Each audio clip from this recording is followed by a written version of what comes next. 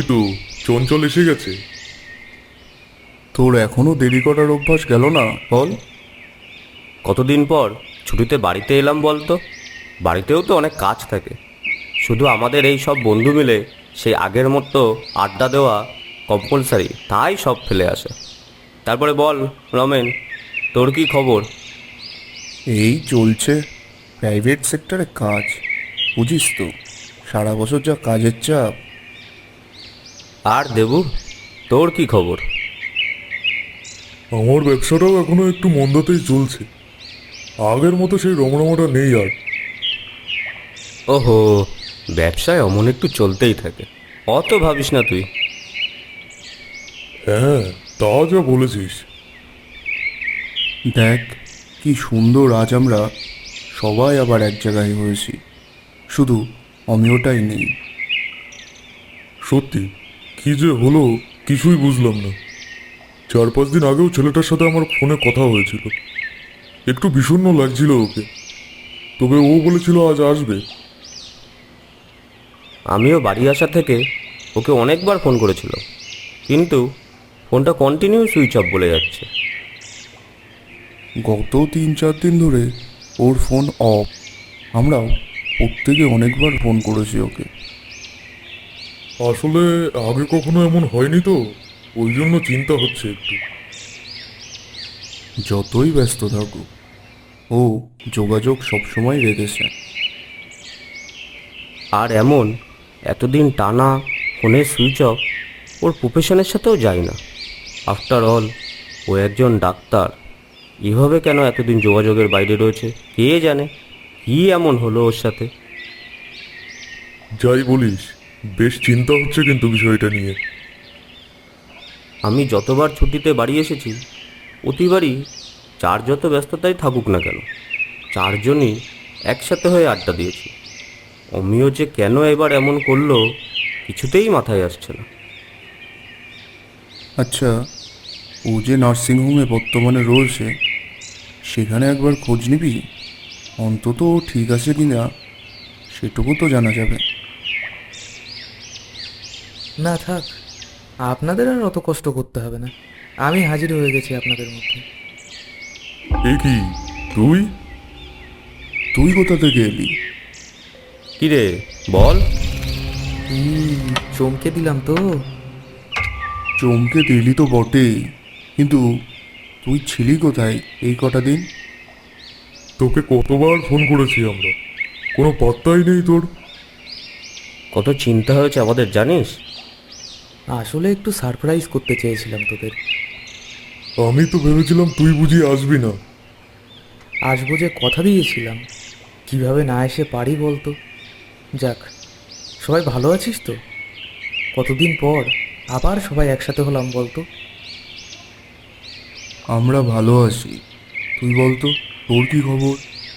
গত 3-4 দিন ছিলি কোথায়? আর ফোনটাও অফ করে রেখেছিলি।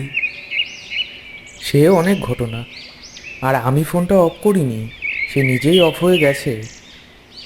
কি হয়েছিল বলতো একটু খোলসা করে। আসলে অন্যায় করেছিলাম, তাই শাস্তি পেলাম। হেয়ালি না করে বলতো কি হয়েছিল। সে তো অনেক ঘটনা। ঠিক আছে, শোন তবে। আজ থেকে 7 দিন আগের কথা। আমি তখন ওয়েল নার্সিং হোমের চেম্বারে। এমন সময় এমার্জেন্সিতে একটা অ্যাক্সিডেন্টের পেশেন্ট আসে। যথারীতি আমি সেখানে যাই। গিয়ে দেখলাম একটি মেয়ে রক্তাক্ত অবস্থায় পড়ে আছে। সাথে সাথে তার বাড়ির একজন আমার দিকে ছুটে আসলো। ডাক্তারবাবু, ডাক্তারবাবু, শিগগিরই আসুন। আমার ভাইজিটার রাস্তায় ভয়ে ভয়ে অ্যাক্সিডেন্ট হয়েছে, খুব রক্তপাত হচ্ছে, বাঁচান ওকে ডাক্তারবাবু। দেখুন, আপনি আগে ক্যাশ কাউন্টারে 40,000 টাকা জমা করুন, নইলে আমরা পেশেন্ট ভর্তি নিতে পারবো না। এখন এত টাকা জমা করা আমার পক্ষে সম্ভব নয় ডাক্তারবাবু। আপনারাও চিকিৎসা করুন, আমি চেষ্টা করছি, যত তাড়াতাড়ি সম্ভব টাকাটা জোগাড় করে দেবো। আমি বা আমার নার্সিংহোমের কেউই তার কোনো রকম কোনো কথায় কান দিলাম না। লোকটি সকলের কাছে অনুরোধ করতে থাকলো। ডাক্তারবাবু, আপনি একবার চেষ্টা করুন, একবারটি চেষ্টা করুন না ডাক্তারবাবু। আপনি চাইলে ওকে ঠিক বাঁচাতে পারবেন। আপনার কাছে হাত জোড় করছি ডাক্তারবাবু, একবারটি ওকে দেখুন ডাক্তারবাবু। সরি, টাকা ছাড়া আমার পক্ষে কিছু করাই সম্ভব নয়। কিছুক্ষণের মধ্যেই মেয়েটি চোখের সামনে ছটফট করতে করতে মারা গেল। মেয়েটির কাকার অসহায়ের মতো কান্নাতে চারিদিক শান্ত হয়ে গেল। ঠিক সেদিন রাতেই বাড়ি ফিরবো বলে নার্সিংহোমের সামনে থেকে গাড়িতে ওঠার সময় সেই মেয়েটিকেই এক ঝলক রাস্তার ওপারে দেখলাম। আবার পর মুহূর্তেই সেই স্থান ফাঁকা। ফিরে এলাম বাড়িতে। ভাবলাম এটা হয়তো আমার চোখের ভুল।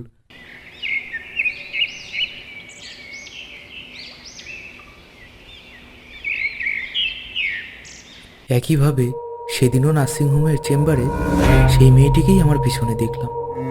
এবার আমি আতঙ্কিত হতে থাকলাম। সবসময় কেমন ভয় হতে থাকলো। ঠিক তার পরের দিন চেম্বারে আমি একা। এমন সময়, ইয়েস প্লিজ কাম। চিনতে পারছেন ডাক্তার বাবু? এ কি, এ তো সেই মেয়েটা। এ কি আপনি? হ্যাঁ, আমি। কিন্তু কিভাবে? আপনি তো সেদিন। হ্যাঁ, আমি সেদিন আপনার সামনে ছটফটিয়ে মারা গেছি। ভয়ে আমার গলা শুকিয়ে গেল। সারা শরীর যেন থরথর করে কাঁপছে। হাত পা অসর হয়ে আসছে। আপনারা ডাক্তার হয়ে কিভাবে পারেন বলুন তো? আমি মানে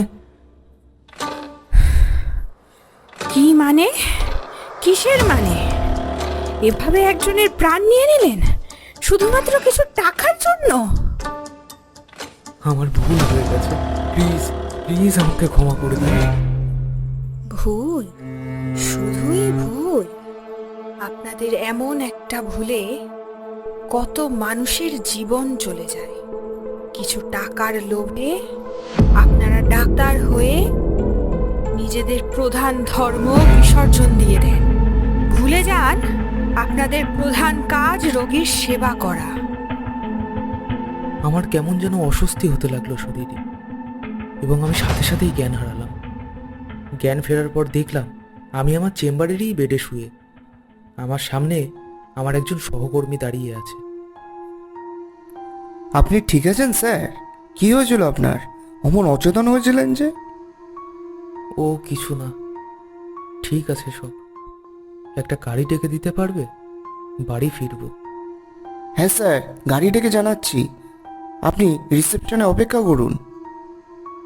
সে চলে যেতে আমি যেন আবার সেই মেয়েটির হাসি শুনতে পেলাম। সেখানে আর এক মুহূর্ত দেরি না করে চেম্বার ছেড়ে রিসেপশনে গিয়ে বসলাম। স্যার, গাড়ি এসে গেছে, আসুন।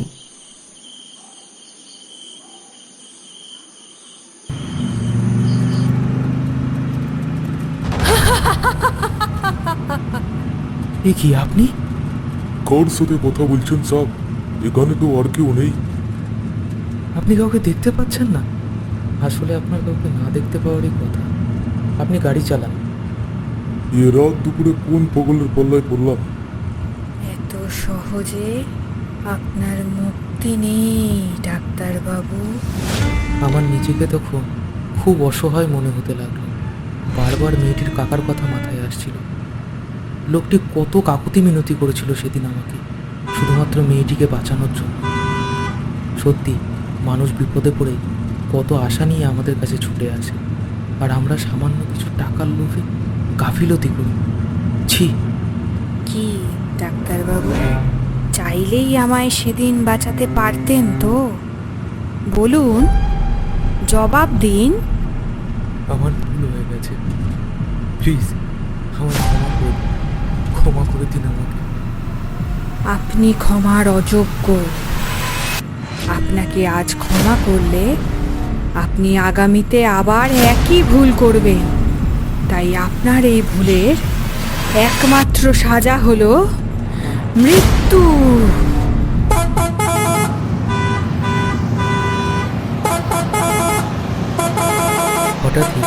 উল্টো দিক থেকে একটি গাড়ি এসে সজোরে আমাদের গাড়িটাকে একটি ধাক্কা মারে। ড্রাইভার ভাগ্যক্রমে বেঁচে গেলেও আমি ওই মেয়েটির মতো একই রকম রক্তাক্তভাবে ছটফটিয়ে ওখানেই মারা গেলাম। ওটাই ছিল আমার অন্তিম যাত্রা। মারা গেলি মানে? এই অমিয়, কি বলছিস এসব তুই? আমরা নিজেদের চোখ কানকে আর বিশ্বাস করতে পারছি না। দেবু, চঞ্চল, তোরা পালা এখান থেকে। আরে তোরা চলে যাচ্ছিস কেন? আমি কিন্তু কথা দিয়ে কথা রেখেছি, এসেছি তোদের সাথে দেখা করতে। আরও নতুন নতুন ভিডিওর আপডেট পেতে আমাদের চ্যানেলটি এক্ষুনি সাবস্ক্রাইব করুন এবং বেল আইকন প্রেস করে আমাদের পাশে থাকুন।